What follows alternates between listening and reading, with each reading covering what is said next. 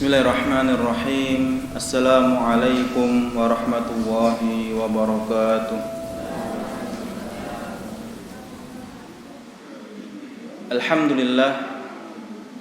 Alhamdulillahilladzi anzala ala abdihil kitaba wa lam yaj'al lahu 'iwaja qayyiman liyundhira ba'san syadidan min ladun. Ahmaduhu subhanahu wa ta'ala hamdan katsiran thayyiban mubarakan fih kama yuhibbu rabbuna wa yardah. Wa usalli wa usallim ala habibina al-mustafa wa rasulil mujtaba wa khairil anami wal wara Muhammad ibni Abdillah. Ballaghar risalah wa addal amanah wa nasahal ummah wa jahada fillahi haqqa jihadi hatta atahu min rabbihil yaqin. Wa rabbi shrah li sadri wa yassir li amri wahlul 'uqdatam min lisani yafqahu qawli, amma ba'd. Al-mukarramun, para alim, para ulama, para sepuh bini sepuh yang kami ta'zimi dan yang kami muliakan, alhamdulillah pada hari yang cerah ini Allah pertemukan kita di salah satu rumah dari rumah Allah Subhanahu wa taala untuk sholat jamaah maghrib bersama, kemudian diikuti dengan kegiatan ta'lim bersama. Semoga kegiatan ta'lim kita ini di 10 awal Zulhijjah ini menambah keberkahan hidup kita, karena 10 Zulhijjah di awal ini adalah merupakan hari di mana Allah kumpulkan banyak kebaikan. Pertama, bulan Zulhijjah ini salah satu dari bulan haram. Salah satu dari bulan haram yang disebutkan oleh Allah Subhanahu wa taala, inna iddatasy syuhuri indallahi 12 syahran fi kitabillah yauma khalaqas samawati wal arda minha arba'atun hurum. Jadi Allah itu menciptakan 12 bulan dalam satu tahun dan memberikan 4 bulan spesial, yaitu dinamakan bulan haram. Pertama Zulqa'dah, kemudian Zulhijjah, kemudian bulan Muharram, kemudian bulan Rajab.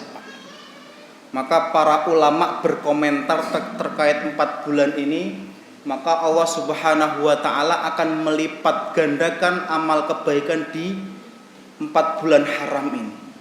Juga termasuk ketika seorang hamba melakukan maksiat di 4 bulan haram ini, maka Allah juga akan lipat gandakan dosanya. Kemudian ini bulan Zulhijjah, alhamdulillah, dan kita sekarang alhamdulillah di dalam 10 awal terakhir, Pak. Maka dalam tafsirnya wal fajri walayalin asyar, demi waktu fajar dan 10 malam. 10 malam itu ada yang mengatakan 10 akhir Ramadan, ada yang mengatakan 10 awal Zulhijjah ini, Pak. Jadi alhamdulillah, insya Allah duduknya kita di sini adalah termasuk bagian dari amal soleh, dan semoga Allah lipat gandakan kebaikan kita pada hari ini, pada bulan ini. Bapak Ibu yang dimuliakan oleh Allah, alhamdulillah kemarin kita bahas terkait hadis al-arba'in. Banyak di antara kita yang mungkin masih salah memahami atau salah kaprah terkait sunnah itu.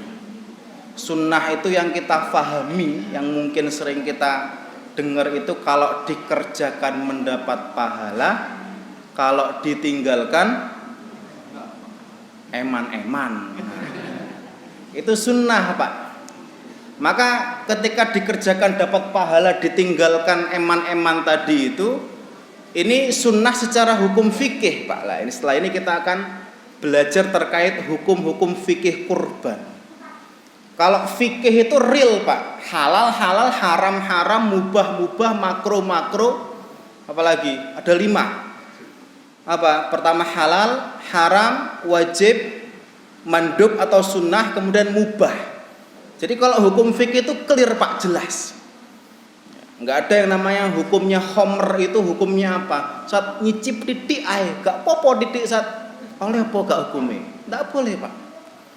Al-khamr qaliluhu wa katsiruhu haram. Jadi yang namanya khamr ya meskipun dikit nyicip sak sendok, sak tetes hukum tetap haram. Jadi hukum fikih jelas. Tapi ketika kita berbicara sunnah ya, sunnah dalam hadis yang kita pelajari kemarin ini lingkupnya lebih besar.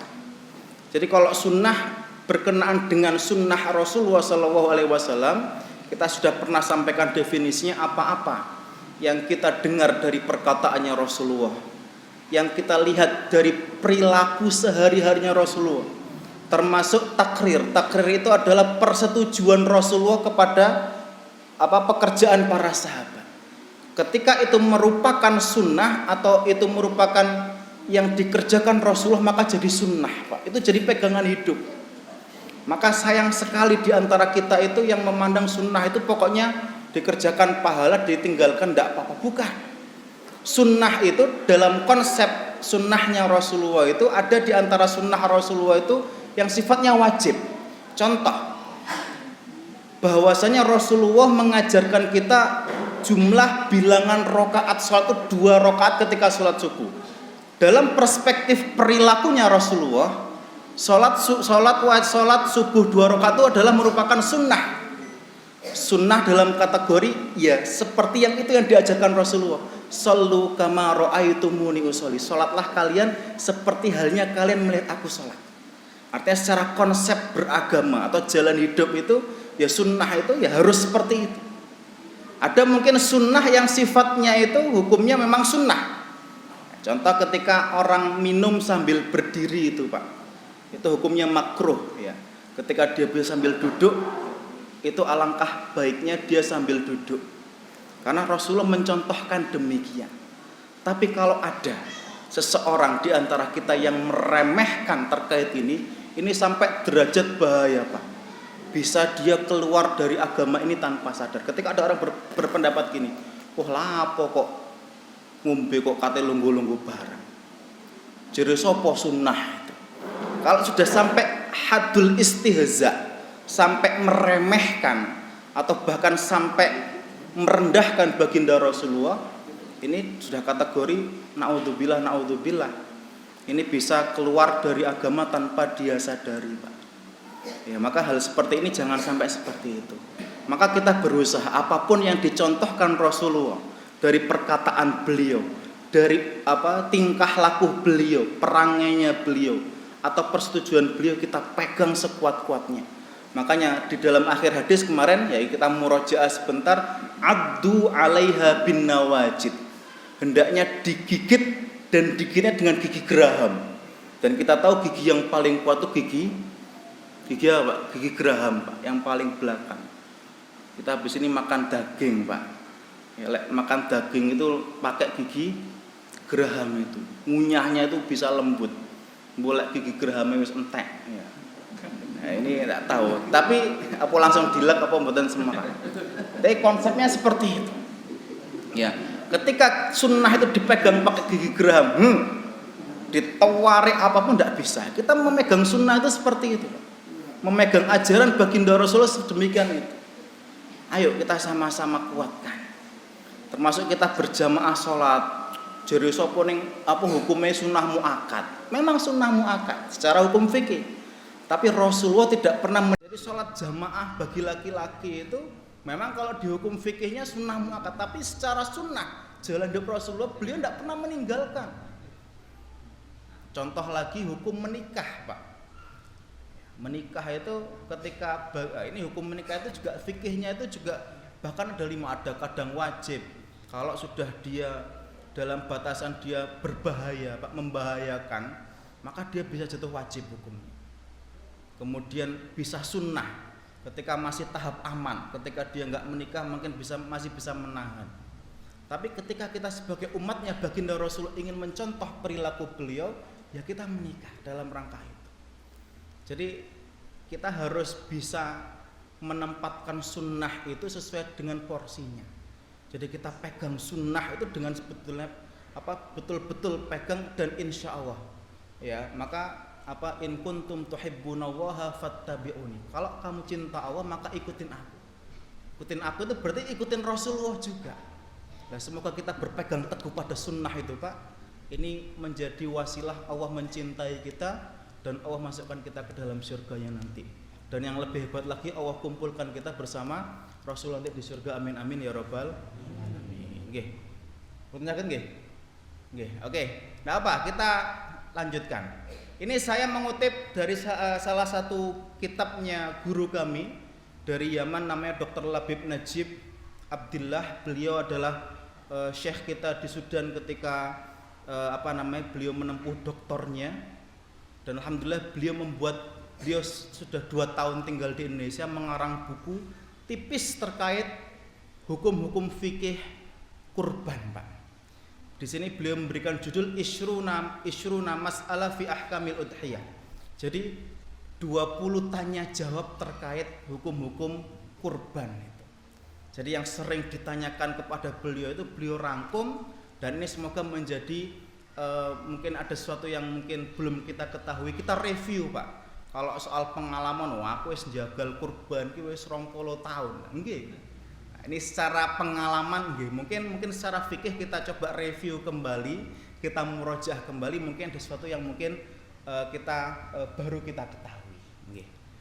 Pertama, ya, pertanyaan pertama di sini, apa definisi dari kurban itu? Saya cepat, Pak, ya, karena ini ada 20. Ya, ini waktunya juga terbatas, semoga bisa tidak mengurangi konteks daripada buku ini. Pertama, definisi daripada kurban adalah ismun lima yudbahu minan na'am yauma idin nahri wa ayyamit tasyriki taqarruban ila Allah ta'ala. Definisi dari kurban itu adalah sesembelihan yang itu disembelih daripada hewan-hewan ternak di hari Yaum Idun Nahri, di Yaum Idun Nahri, di hari ketika Idul Kurban itu, Pak, yaitu di 10 Zulhijjah. Alhamdulillah, Pak, 10 Zulhijjah kita tahun ini alhamdulillah ada yang Sabtu, ada yang Ahad, betul ya? Enggak apa-apa. Maka semakin hari ini umat Islam di Indonesia semakin dewasa. Loh, kenapa semakin dewasa? Saya nggak membahas perbedaannya, semua ada dalilnya masing-masing dan semua baik dan benar. Ya, tapi dengan adanya perbedaan semacam ini umat Islam di Indonesia semakin dewasa. Karena kenapa? Dulu, Pak, kalau Idul Adha, Idul Fitri berbeda, itu masih tonggo ndak ira nyopo saulan. Masih dulur ndak ira nyopo rong minggu biasa seperti itu. Kalau zaman dulu, Pak, nggih. Jadi beda iki, duduk golonganku iki. Kalau sekarang ini dengan terbukanya informasi ini, umat Islam dunia semakin dewasa. Oh, yang hari Jumat, yang hari Sabtu itu berpendapat bahwasanya matlak melihat hilal di saat yang dilihat oleh satu perwakilan di Arab Saudi sudah mencakup semua seluruh dunia. Dan ilahnya juga adalah hari Arafah di Arab Saudi itu adalah hari Jumat. Ketika hari Jumat hari Arafah, maka Baginda Rasulullah itu memerintahkan, menyunahkan kita untuk mengerjakan puasa Arafah. Berpendapat satu itu yang hari Sabtu Idul Adhanya. Yang lain yang hari Ahad loh. Ketika 1 Zulhijjah itu belum nampak di sini. Mereka mensyaratkan harus ada matlak yang itu spesifik di tempat yang itu di Indonesia harus ada. Ternyata ketika dilihat di Indonesia belum nampak itu. Maka berpendapat bahwa saya menyempurnakan Zulhijjah akhirnya oleh umat, oleh ulama, jadi tidak usah berselisih, berdebat terlalu panjang. Okay. Di hari Idul Adha kemudian ditambah lagi hari-hari tasyrik, 11 Zulhijjah, 12 Zulhijjah sama 13 Zulhijjah. Taqarruban ilallahi azza wa jalla, dengan niat untuk bertaqarrub. Taqarrub itu artinya mendekatkan diri, Pak. Maka kita itu kadang bilang kurban itu ya boleh juga artinya korban sih. Tapi kalau korban itu konotasinya negatif, Pak. Aku tahun ini korban apa? Korban perasaan katanya. Ini sering dibelok-belokkan gitu. Ya, kita ambil konotasi kurban itu mendekatkan diri kepada Allah dengan sapi, dengan kambing dan lain sebagainya. Ya meskipun kalau ditarik definisi ya udhiyah itu artinya juga berkorban juga bisa. Kemudian yang kedua, pertanyaan yang kedua yang sering muncul, apa sih asal muasal dalil daripada kurban itu? Pertama yang sering kita hafal adalah ayat favorit kita ketika sholat, yaitu surat Al-Kautsar, Pak. Ya. Pokoknya ayat favorit itu cuma 2, Kulhu sama Inna A'toina. Ya, ini paling pendek. Fasholli li rabbika wanhar. Sholatlah karena Tuhanmu, wanhar. Dan sembelihlah. Ini asal muasal daripada berkurban. Kemudian secara sunnahnya, secara hadisnya, baginda Rasulullah SAW doha bikabsyaini amlahaini aqronaini. Jadi baginda itu juga pernah melakukan itu, Pak. Disebutkan dalam sebuah riwayat Muslim dikatakan baginda Rasulullah SAW pernah menyembelih atau pernah berkurban 2 kambing kabsyah. Kabsyah itu apa jenenge? Domba, Pak. Ya, domba sing wulune itu agak tebal. Kemudian amlaha ini yang gemuk, banyak dagingnya. Ya, akrona ini kemudian punya tanduk 2, Pak. Nah, ini spesifikasi daripada kurbannya baginda Rasulullah SAW. Ya. Kemudian pertanyaan nomor 3 yang sering muncul juga, mal hukmu al-udhiyah wa mata yakunu wajiban. Apa sih hukum daripada berkurban itu? Dan kapan kurban itu menjadi wajib? Jadi apa hukum berkurban? Ini secara fikihnya, Pak, ya. Jadi hukum udhiyah, hukum berkurban itu adalah sunnatu ainin fi hakil munfarid. Jadi hukumnya adalah sunnah bagi pribadi yang itu ketika dia dalam berkemampuan, Pak. Contoh, saya berikan, dalam satu keluarga itu ya anaknya sukses jadi dokter. Ibunya sudah pegawai negeri, suaminya pegawai negeri juga, anak-anaknya kabeh berkemampuan. Maka bagi seluruh anggota keluarga alangkah baiknya jikalau setiap keluarga itu bisa bisa berkurban, Pak. Hukumnya sunnah. Ya, jadi sunnah yang itu merupakan syiar agama Allah. Saat kalau nggak kurban gimana? Lah itu tadi. Memang dia tidak dosa, tapi sangat-sangat rugi meninggalkan syiar-syiar agama ini. Ya, kita kalau bicara soal hukum ini memang sulit, Pak. Kadang kenapa? Kadang orang-orang beling itu ini duit-duit tapi tidak gelem kurbani apa dosa, tidak dosa tidak apa-apa ya wis. Tapi dia tidak merasakan betapa mahalnya, Pak. Ya, betapa mahalnya orang punya hidayah mau kurban itu. Ini kalau satu keluarga berkemampuan ya wes kurban tidak apa-apa. Istrinya mau kurban sendiri boleh, anaknya mau kurban sendiri boleh. Ketika ini dalam kategori kemampuan. Kemudian sunnatu kifayatin fi haqqi ahli baitin ta'addadu. Nah, kemudian ini kalau seandainya dalam satu keluarga mungkin, Pak, ngepres cuma bisa beli 1 kambing. Maka ini ketika satu atau bapak ini sudah menyembelih, ini bisa diniatkan untuk seluruh ahli baitnya, seluruh anggota keluarga yang dia dalam menanggungnya. Contoh ketika itu mbahnya ikut dia, diniatkan untuk nyembelih, untuk itu boleh. Ya, jadi 1 kurban, ya, kemudian untuk 1 anggota keluarga boleh ketika dalam satu keluarga itu memang ngepres cuma bisa buat beli 1 kambing, Pak.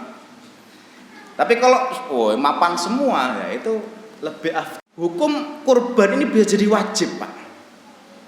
Bisa jadi wajib. Bisa apa enggak? Hukumnya wajib. Karena kalau wajib itu kalau nggak dikerjakan dosa. Bisa enggak kira-kira? Bisa.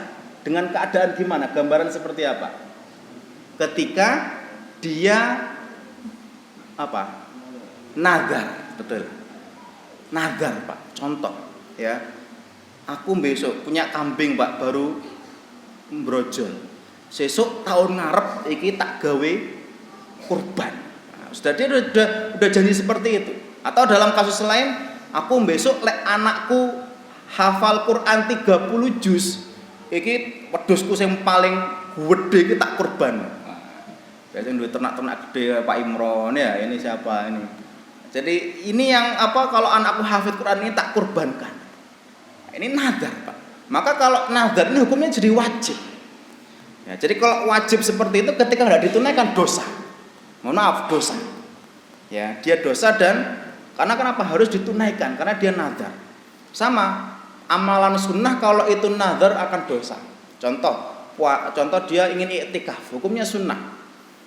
Tapi kalau kita bernazar, saya Ramadan depan harus iktikaf. Atau kalau saya itu anak saya 30 juz, saya mau iktikaf 10 hari. Itu nazar, maka jadi wajib konsekuensinya. Ya, karena ini merupakan nazar. Oke. Ini terkait hukum, Pak, ya. Kemudian tidak kelihatan ya gambarnya ya. Ini apa ini? Dibesarkan? Rusak apa bisa dibesarkan?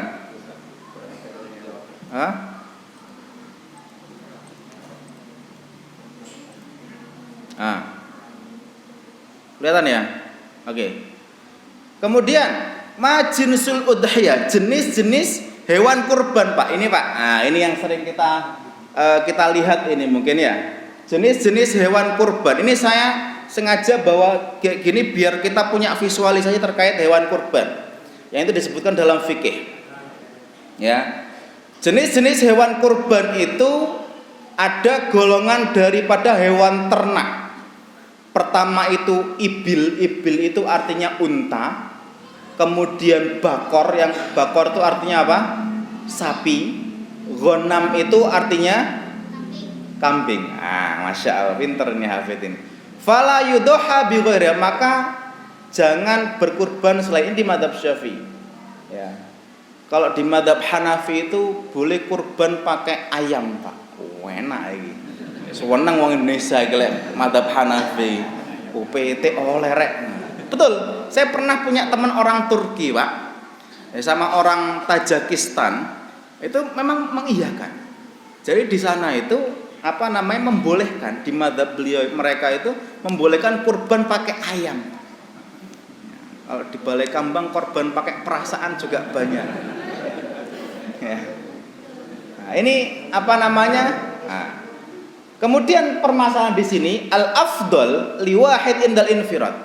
Maka yang lebih afdol, Pak, lebih afdol itu ketika kita mempunyai kelebihan harta, uang untuk berkurban, mana sih yang paling afdol? Pertama, disebutkan di dalam sini dia lebih afdol ketika dia mampu, dia hendaknya berkorban dengan satu unta. Berkorban dengan satu unta. Kalau dia punya uang, mampu, ketika dia suruh milih dan ada unta, lebih afdol berkorban dengan satu unta. Ya, karena Rasulullah pernah berkorban dengan 100 unta, Pak. Ketika haji wada, itu disembelih sendiri 67, sisanya diberikan Ali bin Abi Thalib suruh nyembelih. Ya. 100 unta itu berapa sudah, ya. Yang kedua, kalau kita punya uang lebih, afdolnya kita bakor. Bakor itu apa? Sapi. Sapi sendiri ngijeni, Pak. Kalau kita punya uang. Punya uang ini wedhus. Nah, ini kadang-kadang seringnya gitu. Ya, kalau kita punya uang lebih, kita afdol satu orang satu sapi. Ya. Kemudian summa doinah. Lah ini, Pak, ini gambarnya. Ini badannya, ini unta ini kayak gini, Pak. Ya, yang di sini ini unta. Kemudian bakor ini sapi, ya. Kemudian yang kedua, kalau seandainya kita punya uang lebih, ya, dan kita mampu beli, afdolnya doinah. Kalau sama ukurannya, lebih mahal kacang, betul ya? Masya Allah. Kalau dagingnya lebih banyak mana? Kacang, Masya Allah. Ini di fikih ini doinah lebih afdol. Baru Baru anzun. Anzun itu ya semacam kambing ini, Pak. Apa ini? Kambing kacang apa ini? Ini apa ini, Pak? Kambing apa ini, Pak? Kacang ya. Kok gambarnya abang gini. Hah? Ya, ini afdolnya. Ya. Ya. Seperti gibas. Ya. Ya, ini domba. Ini domba tau ya, yang bulunya lebat. Ya, terus ini anzun. Anzun itu ya semacam wedhus tapi bulunya enggak tebal. Kalau saya ngarani kok kacang ya malahnya. Dia panjang anunya. Oke. Kemudian kalau dia itu setelah itu baru Tsumma sab'u badana, tsumma sab'u baqar. Baru kalau seandainya dia itu tidak mampu lagi, boleh patungan 7 unta, baru patungan 7 sapi. Jadi urutannya dari unta ijen, kemudian sapi ijen, kemudian domba ijen, kemudian kambing model apa gibas apa ini ijen, baru patungan 7 sapi, patungan 7 unta, baru patungan 7 sapi. Saat kan lebih bagus apa namanya sapi dan orang lebih suka. Iya. Ini kalau di daerah kita, tapi secara fikihnya memang demikian, Pak. Saya tidak tahu kalau di Arab itu lebih suka orang makan kambing, Pak. Kalau di Indonesia itu enggak banyak suka. Mungkin ya. Maka dan ilahnya dan kenapa kok lebih afdol itu karena satu orang satu ruh. Ya, jadi ketika nanti kita itu apa namanya dihadapkan nanti di akhirat itu, maka hewan-hewan ini akan menjadi saksi nanti. Ya, jadi kalau satu ruh ini lebih afdol. Jadi ilahnya sebabnya seperti itu. Ya, jadi kalau satu sapi dibagi 7 orang ya satu sapi ini ditunjuk tuh, ini sapiku loh, ini sapiku pisan lah, kayak gitu. Ini ilah syariatnya seperti itu. Tapi ada beberapa orang, aku milih sapi aja urunan, kenapa? Dagingnya lebih banyak dan orang lebih suka. Mau nggak silakan. Tapi secara fikihnya afdolnya seperti itu. Paham Pak nggih? Nah, maka ini apa namanya terkait hukum fikih. Kemudian Pak, ya, yang sering ditanyakan juga, apa sih syarat daripada udhiyah ini, daripada kurban? Pertama, ya, ketika itu bagi unta itu minimal usianya 5 tahun, Pak, sempurna 5 tahun unta.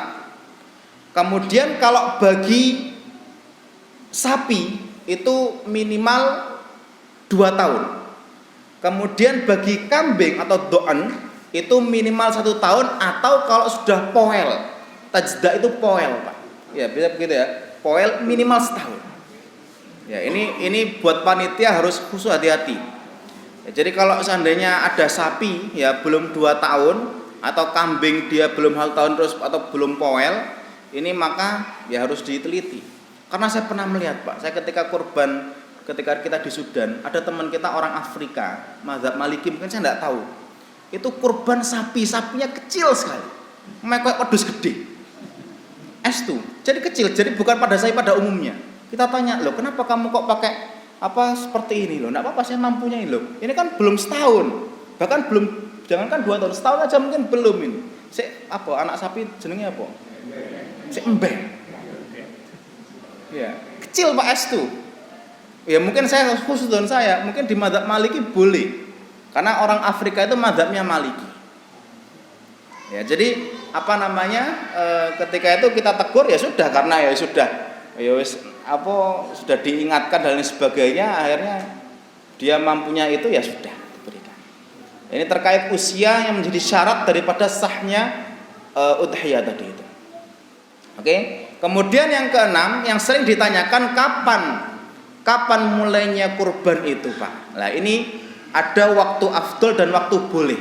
Waktu bolehnya kita itu menyembelih hewan kurban itu adalah ketika setelah terbitnya matahari, dengan setelah itu memberikan jarak waktu 2 rakaat singkat dan 2 khutbah singkat, kira-kira 15 menit lah.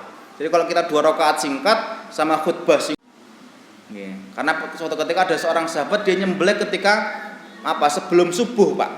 Kemudian katanya Rasulullah, itu sedekah buat kamu, bukan kurban. Ya. Tapi afdolnya itu adalah ketika ditakhirkan sampai matahari agak naik sedikit, kira-kira jam 9 jam 10. Itu apa namanya afdolnya. Ya, jam 5 jam 7 jam 8 itu boleh. Afdolnya jam 9 itu. Itu apa namanya? Waktu afdolnya. Nah, kemudian ini ada juga sesuatu yang perlu kita sampaikan. Dan sah hewan sesembelihan itu disembelih ketika di hari-hari tasyrik dan malamnya. Boleh nggak nyembelih di malam hari, Pak? Hah? Boleh apa enggak? Boleh nyembelih di malam hari? Boleh apa enggak? Jawabannya boleh. Ya, boleh. Walakinna dzabha fil laili makruh, tetapi menyembelih di malam hari itu hukumnya makruh kalau enggak ada uzur, Pak. Contoh kalau mungkin panitia ini muhajirin ini dapat 1000 kambing. atau 1000 sapi. Ya, mungkin tidak cukup kalau seandainya siang hari aja, malam disikat juga. Ini boleh. Kalau dia uzur memang enggak ada waktu lain.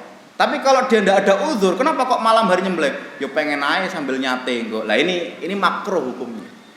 Karena ada waktu siang itu lebih afdal.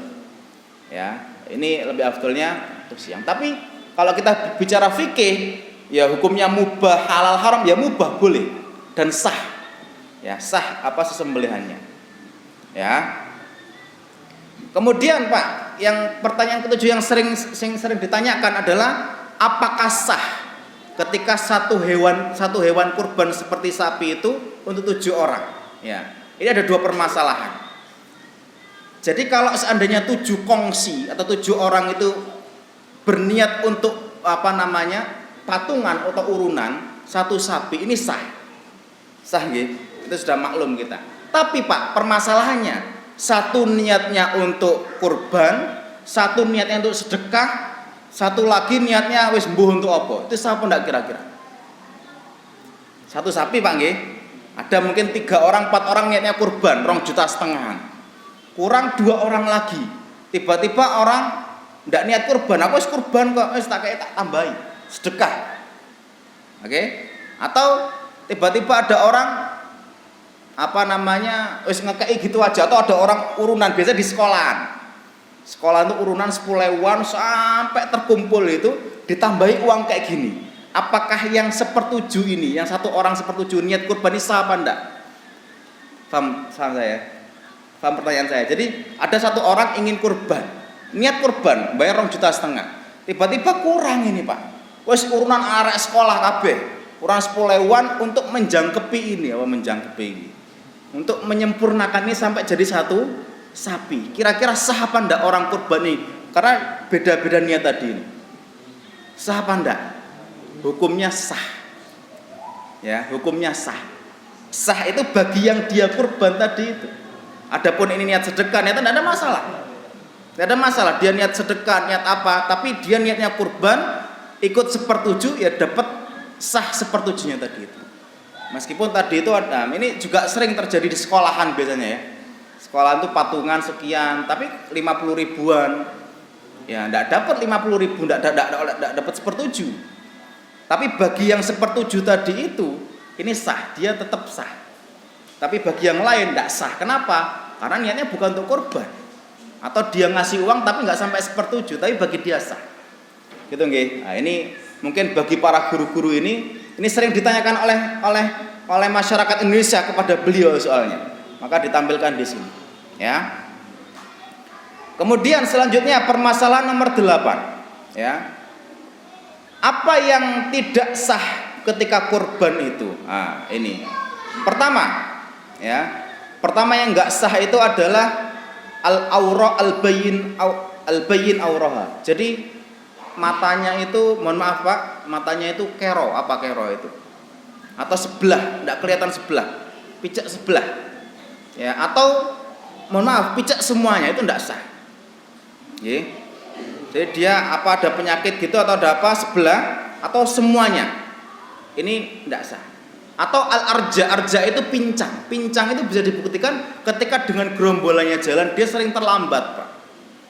Ya, meskipun kelihatan tegas telinganya terpotong, Pak.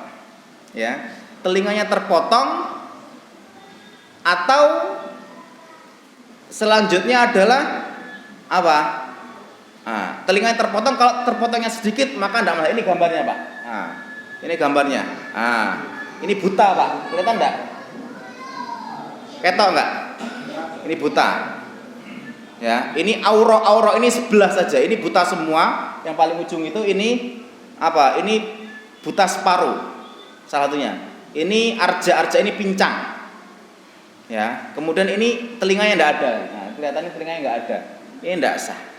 Maka kaedahnya adalah kullu aibin yunqasul lahmu aw syai'in mimma yuqalu fa huwa mani'un minal ijza. Jadi ketika ada aib yang itu bisa mengurangi daging seperti tadi itu, contohnya tadi itu mengurangi daging daripada hewan kurban, itu tidak sah. Tapi kalau terpotong apa namanya? Tanduknya boleh apa enggak? Boleh apa enggak? terpotong tanduknya, sah apa enggak? Sah. Karena enggak ada hubungannya dengan daging. Jadi ada biasanya dipotong tanduknya dan sebagainya itu sah. Tapi kalau dipotong telinganya, ini enggak sah. Oke? Kemudian ini pertanyaan selanjutnya. Bagaimana jikalau waktunya menyembelih itu habis, Pak? Ya. Madza yatarattabu idza intaha waqtul udhiyah. Jadi kalau waktunya habis itu gimana? Jadi kalau seandainya waktunya habis tetapi dia itu sedang kurban nazar, maka ketika contoh sehari ini 13 Zulhijjah, malam terakhir. Ini matahari terbenam sudah habis ya. Kemudian lupa, aduh yo keturun aku. Dunia aku mau awan kok sampai lewat. Gimana? Ketika itu adalah kurban nazar, maka tetap disembelih ketika hari itu juga dalam rangka qadha. Jadi ketika itu disembelih apa? Atau besoknya disembelih apa? Disembelih ketika itu dalam rangka mengqadha karena dia wajib. Kalau wajib itu diganti ya segera. Seperti kita puasa, batal enggak puasa kemudian harus diqadha.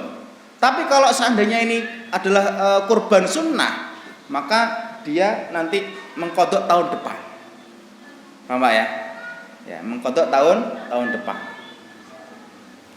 Nah, jadi kalau seandainya dia itu sampai matahari terbenam seperti ini di 13 Zulhijjah maka tidak sah ketika itu. Nah, kemudian pertanyaan yang selanjutnya 12. Apa hukumnya mengucapkan tasmiyah basmalah ketika dzabah? Atau lebih tepatnya lagi gimana kalau lupa? Jadi nyembelih jagal saking wakene sing disembelih lali, Pak. Lali enggak bismillah. Iki hukumnya apa? Apakah jadi bangkai dan tidak boleh dimakan atau tebel dimakan, Pak? Ini beda jagal iki. Sing wis lihai, wis puluhan. Ketika itu dia nyembelih 12 mungkin. Ketika itu lupa, Pak. Ya Allah lali enggak bismillah. Gimana hukumnya ini? Maka hukumnya boleh dimakan, Pak, kalau dia tidak sengaja. Tapi kalau seandainya dia sengaja tidak bertasmiyah, ini hukumnya makruh. Hukumnya makruh dan itu ya ini naudzubillah, semoga jagal-jagal kita tidak seperti itu. Ya, maka jangan sampai lupa. Maka minimal bismillah dengan menyebut nama Allah. Lengkapnya bismillahirrahmanirrahim. Bismillahirrahmanirrahim spread. Nah, itu baru boleh ya. Lah, sunnahnya apa aja? Sunnahnya pertama bertakbir 3 kali, Allahu Akbar, Allahu Akbar, Allahu Akbar. Baru yang kedua, sunnahnya bertasmiyah, Bismillahirrahmanirrahim. Sunnahnya lagi bersolawat, Allahumma sholli ala Muhammad wa ala ali Muhammad. Kemudian berdoa, Allahumma hadza minka wa ilaika fataqabbal minni wa ahli. Ya Allah, ini kurban darimu dan aku kembalikan kepadamu, maka terimalah dariku dan untuk seluruh keluarga. Jadi pertama itu takbir 3 kali kalau ingin sunnah, Pak. Allahu Akbar, Allahu Akbar, Allahu Akbar. Kemudian Bismillahirrahmanirrahim. Allahumma sholli ala sayyidina Muhammad. Bersalawat, kemudian berdoa, Allahumma hadza minka wa ilaika fataqabbal minni wa ahli. Allahumma hadza minka, ya Allah ini semua darimu. Ya. Wa ilaika, dan aku kembalikan semua kepadamu. Jadi rezeki kita itu bukan dari kita, Pak. Jangan sombong. Ya, jangan sombong. Yang 4 hal, ya. Jadi takbir, kemudian bismillah, sholawat, berdoa tadi itu. Kemudian yang kelima disunahkan untuk menghadapkan ke kiblat, ya. Ke kiblat. Kemudian ditambah lagi di sini ada untuk melandepkan itu. Menajamkan, Pak. Ini soalnya pakai bahasa Arab, Pak. Saya bahasa yang pas ini kadang tahdidus syafra, ya, menajamkan daripada Oke. Nah, ini, Pak. Nah, ini saya langsung aja. Ini hukum pembagian daging. Ini buat panitia bagus ini atau buat yang ini. Ini ada kambing, Pak, ya? Ya. Jadi kalau seandainya kambing, ketika kita ingin membagikan, mendistribusikan, ketika itu kita niat kurbannya kurban nazar, maka harus disedekahkan semuanya. Oke? Kita nazar, ya Allah, aku nazar iki kambing karena anak saya sudah lulus hafal Quran 30 juz. Nazar, ini sedekahkan semua. Karena ini nazar, hukumnya wajib. Kalau seandainya adalah hukumnya kurbannya kurban sunnah tadi itu ada dua pendapat, Pak. Pendapat pertama itu yang sepertiga dari kambing itu sepertiga boleh kita makan, Pak. Oke. Pendapat pertama ya, sepertiga kita makan, kemudian 2/3-nya kita sedekahkan. Ingat sedekah. Kalau sedekah itu dari kita ke orang yang lebih rendah. Mohon maaf, status ekonominya. Kalau dari kita yang lebih tinggi namanya apa? Namanya hadiah. Oke? Jadi pendapat pertama kita makan sepertiga, 2/3-nya disedekahkan. Ini pendapat pertama. Pendapat kedua, ini dibagi sepertiga, Pak. Sepertiga kita makan, sepertiga kita sedekahkan kepada orang yang lebih rendah dari kita, sepertiga dihadiahkan untuk orang-orang yang itu di atas kita, boleh tetangga, boleh saudara dan sebagainya. Paham Bang? Nah, jadi ini apa namanya terkait pembagian. Jadi boleh kita makan, Pak. Kadang ada beberapa orang itu, wah aku kurbanku ndak oleh dipangan. Itu ya kadang-kadang ya. Atau kadang-kadang sing nemen ki ya sing ngene, Pak. Wis kurban, aku pokoknya njaluk sikile, mari ngono sikile loro ya aja ali ya, mari ngono njaluk ikine. Jadi sampai hampir setengah mungkin. Kurbane ndak gede, kadang yang njaluk njukuk tek koncone sampai ngelebihi kurbane. Ini kadang-kadang ada seperti itu, model-model orang yang kurban itu seperti itu, Pak. Jadi mentang-mentang dia kurban kambing, ya aku njaluk sikile loro ya. Mari ngono aja lali kebuke, mari ngono aja lali kene. Ndase tak pek dhewe wae itu kurban jenenge ya. Dipangan dhewe. Ini seperti itu. Nah, tapi afdolnya itu, Pak, afdolnya ya kita nyicipi dengan sekedarnya. Ya habis itu disedekahkan. Nah, ini afdolnya. Karena kenapa? Kita lillah sudah. Taqarruban ilallah, kita mendekatkan diri kepada Allah. Jadi cukupnya aja, sudah setelahnya disedekahkan. Kemudian, nah ini juga menarik dan ini sering ditanyakan. Bagaimana kadar daging yang diberikan kepada orang-orang fakir itu? Nah, ini Pak, ini karena banyak yang nanya, ya. Jadi syarat bentuk daging yang diberikan kepada orang-orang fakir miskin itu ada 4. Pertama, Pak, dagingnya itu memberikan daging, Pak. Ini kepada fakir miskin, Pak ya. Mohon maaf ini. Jadi kepada orang yang itu panitia tahu itu kategorinya menengah ke bawah, ojo dipilih belungane tok, Pak. Ini sering kadang-kadang ini. Karena apa? Berikan lahman, daging. Nah, adapun tambahannya monggo, tapi lebih banyak dagingnya. Kadang-kadang panitia itu ya wis bagi jadi satu, malah lebih banyak tulangnya. Ini enggak. Dagingnya, Pak. Ya, panitia ini penting ya, panitia kurban ini ketika membagikan jangan sampai daging itu porsinya lebih sedikit daripada tulang-tulang. Berikan dagingnya, apalagi itu berkenaan dengan yang fakir miskin. Loh, karena orang fakir miskin itu durung karuan, Pak, mangan setahun sepisan makan daging, Pak. Tapi insya Allah kebalik kapan mboten enten nggih kados niku nggih. Insyaallah mungkin ya saulan pisan ya mangan daging insyaallah. Ya ning kemantenan apa ning anu ya. Tapi kalau beli sendiri kadang mungkin jarang mungkin ya. Iya itu makanya kenapa panitia harus memberikan daging. Pertama daging, harus diberikan daging. Jangan diberikan macam-macam, dikai ndas bukan dalam keadaan matang. Kadang beberapa panitia itu wis dimasakno kabeh baru dibagi-bagi. Kadang orang itu seleranya beda-beda, Pak. Mungkin kita senang di sini gulai, dibakar juga sate ya senang. Macam-macam, maka lebih afdol di mentah dalam keadaan belum termasak. Kemudian an yakuna torian, fala yujza an yakuna lahmal mujaffaf. Ya. Jadi torian itu fresh. Daging yang diberikan daging fresh, bukan daging yang sudah dijemur ya, jadi dendeng atau daging yang sudah di freezer, Pak. Ketika pembagian gitu. Ya ini kalau bisa yang fresh, baru disembelih bagikan. Itu lebih afdal seperti itu. Kemudian an yakunal mu'tal fakiran aw miskinan musliman. Hendaknya yang diberikan itu ya kategori miskin tadi itu dia fakir, miskin dalam keadaan muslim.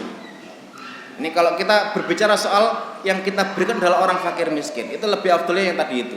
Pertama dia bentuknya daging, kemudian dia belum matang, kemudian dia itu fresh, kemudian diberikan fakir miskin yang dalam keadaan muslim. Ya. Kemudian selanjutnya Pak, ya, cepat saja nomor 17, 3 poin lagi. Hal yajuzu an yudhha ahadun an ghairihi. Bolehkah kita itu berkorban untuk orang lain? Nah, ini sering ditanyakan juga. Boleh nggak kita berkorban untuk orang lain?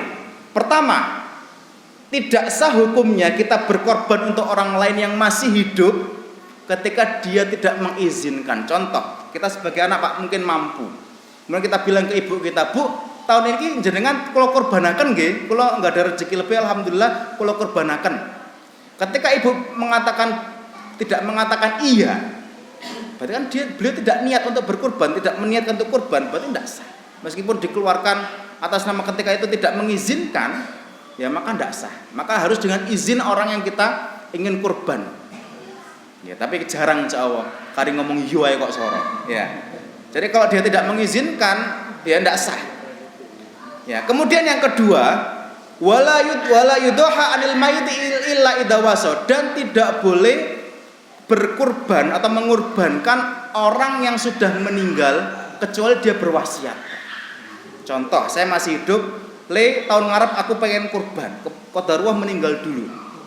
Ya, maka bagi anak dia mengurbankan untuk orang tua yang meninggal tadi itu adalah dalam rangka wasiat.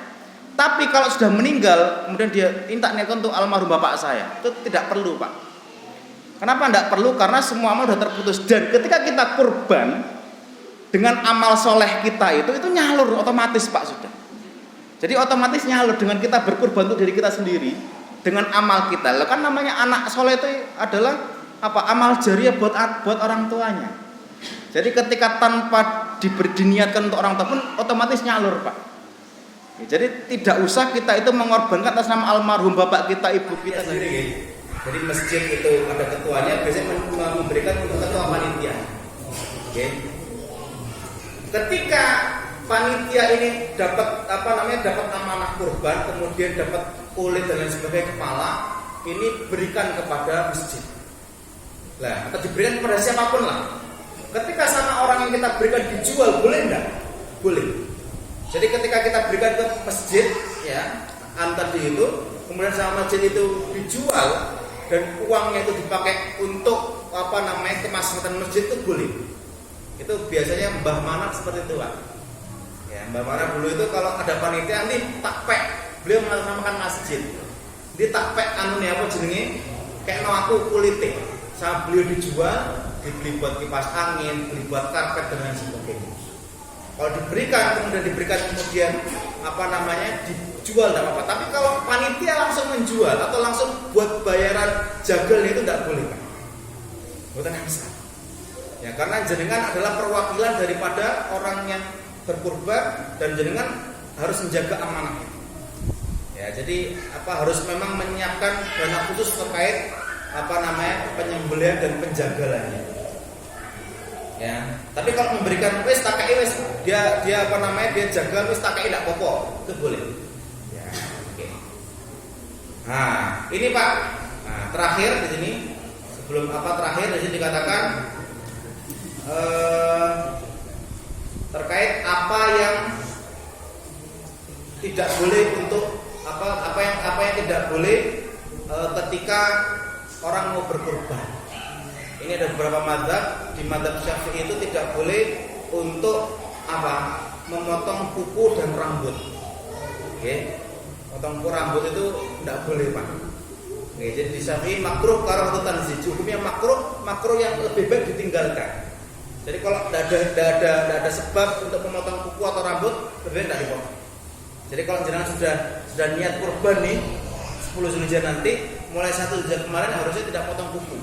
Ya, kukunya dodo tidak potong, atau rambutnya tidak boleh dipotong. Ya, tapi kalau di mazhab Abu Hanifah itu tidak makruh, tidak apa-apa. Tapi di mazhab Syafi'i, ya, yang ini menjadi mazhabnya orang-orang Indonesia pada umumnya, ini lebih baik tidak mencukur atau tidak memotong bagian dari diri kita. Oke, ini sudah 20 ya. Ini 20 permasalahan yang sering ditanyakan kepada Syekh Labib Najib ini, yang ini juga mungkin juga sering kita tanya. Mungkin dari 20 ini ada yang baru kita tahu atau mungkin baru juga sudah lama kita tahu ya. Jadi ini adalah merupakan review kita untuk masalah bab fikih korban. Oke, mungkin ada sedikit waktu untuk ada yang sesuatu yang mau didiskusikan. Oke. Ya. Biasanya itu panitia korban itu membuat bagian dana korban. Bagian panitia korban itu membuat bagian yang korban itu korban itu. Korban itu di bagian asli ada bisa. Bagian nanti di panitia.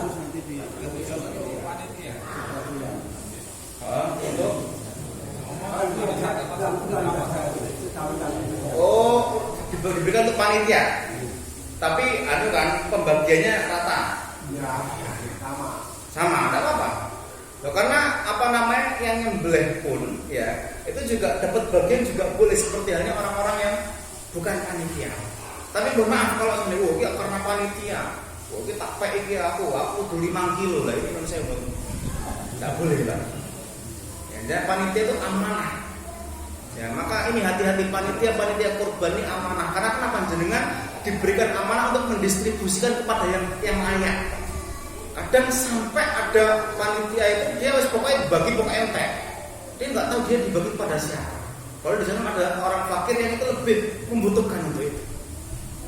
Ini juga terkadang itu perlu kebijaksanaan panitia untuk mendistribusikannya, karena dalam pengalaman kita tuh yang paling ribet itu bagian pendistribusian. Ya, yang sering kita itu mungkin cekcok dan sebagainya, turun kok juga ini dan sebagainya lah, ini untuk mendapatkan bagian daripada daging tersebut. Tapi nggak boleh semena-mena untuk memanfaatkan dan mengambil daripada daging tersebut. Gitu, Pak.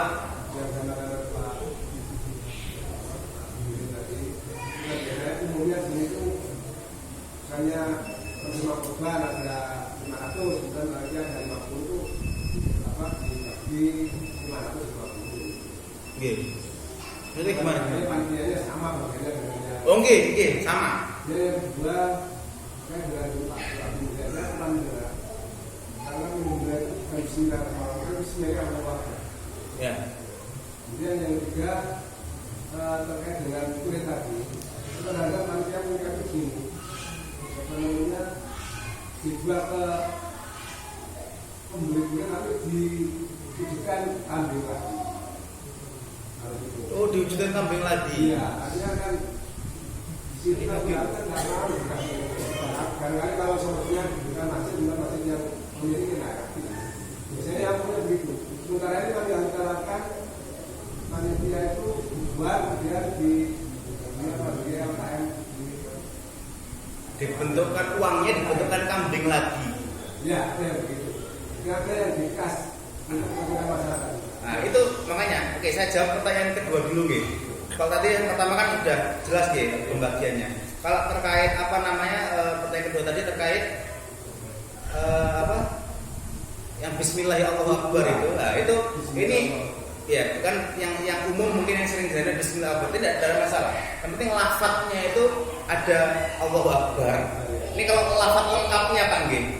Allahu Akbar 3 kali, kemudian Bismillah, kemudian bersolawat, kemudian berdoa Allahumma hadza minka wa ilaika fataqabbal minni wa ahli. Ya Allah, ini kurban darimu dan aku kembalikan kepadamu, maka terimalah aku dariku dan untuk keluarga. Ya, ini lengkap, versi lengkapnya Pak. Boleh nggak kita nggak baca cuma Bismillahirrahmanirrahim? Boleh. Bahkan tadi ketika lupa pun itu masih sah. Ini bab afdoliyah Pak, bab keutamaan. Jadi alangkah baiknya Bismillahirrahmanirrahim boleh. Tidak berdoa boleh nggak? Ya udah apa? Ya, tapi lebih afdolnya doa, karena ini kalau apalagi yang beli sendiri ya Allah terimalah. Apalagi buat panitia, kalau bisa hafal doanya Allahumma hadza minka fataqabbal min, dari siapa? Min Pak Imran wa ahlihi jami'an, dan semua keluarganya. Nah, ini seperti itu. Nah, ini panitia mungkin perlu untuk hafal doa ini supaya lebih afdol, karena ini amanah. sekali lagi ini amanah dari pengkorban untuk dikerjakan dengan sebaik-baiknya.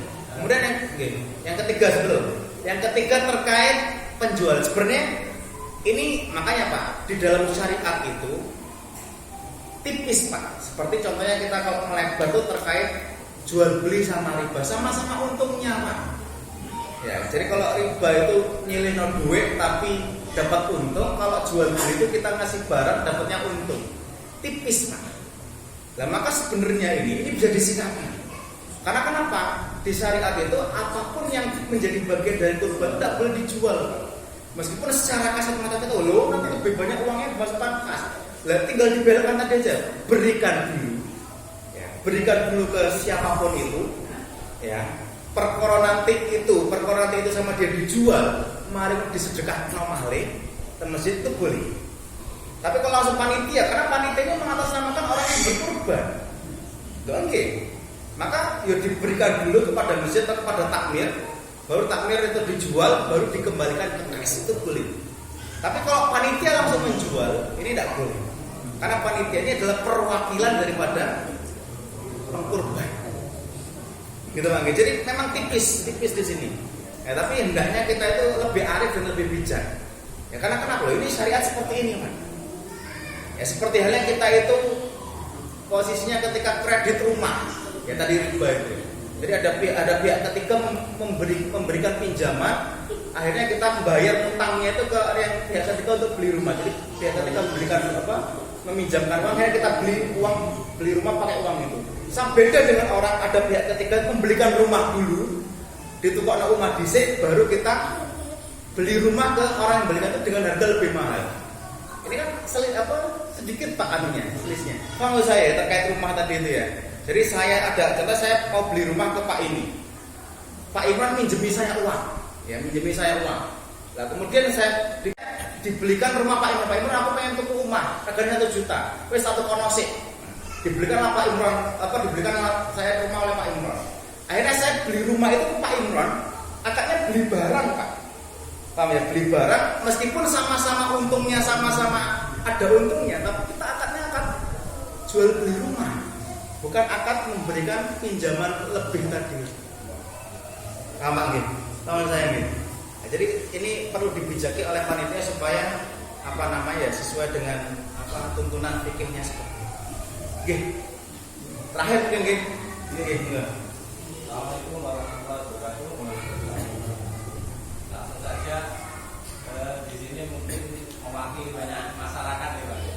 Ini banyak yang bertanya, kalau kita sudah hari ini berkorban, besoknya lagi sudah tidak ada korban lagi. Ada yang berkeyakinan begitu. Ini hukumnya gimana? Ini yang pertama. Terus yang kedua, saya pernah mendengar di pengajian di sosmed. Ini ada seorang ulama yang bahwa orang yang merokok ini hukumnya wajib untuk berkorban.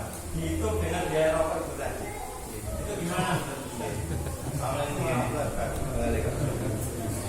Nggih, terkait tadi hukum kurban sekali seumur hidup nggih. Ya, kan bisa dikatakan. Jadi hukum kurban ini hukumnya sunnah bagi yang berkemampuan. Jadi bukan syiar setahun sekali seumur hidup, Pak.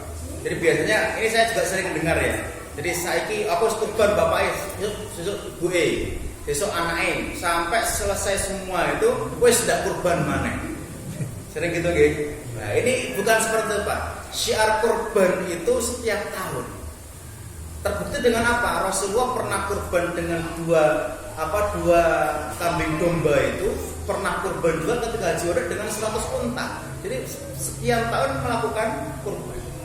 Nah, jadi kurban itu bukan syariat sekali seumur hidup. Ya seperti sunat, kalau sunat iya Pak dipotong sekali. Kalau tiap tahun habis nanti Pak. Tapi kalau kurban itu setiap tahun ketika dia dalam kemampuan. Ya, maka dalam Al-Quran di surat Al-Hajj Allah mengatakan wa man yu'adzim sya'airallah fa innaha min taqwal qulub.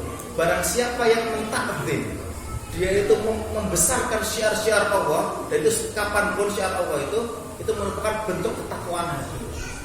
Jadi tidak benar kalau seandainya dikatakan yang namanya kurban itu sekali seumur hidup. Yang kedua, terkait orang yang merokok, saya setuju Pak dengan itu Pak.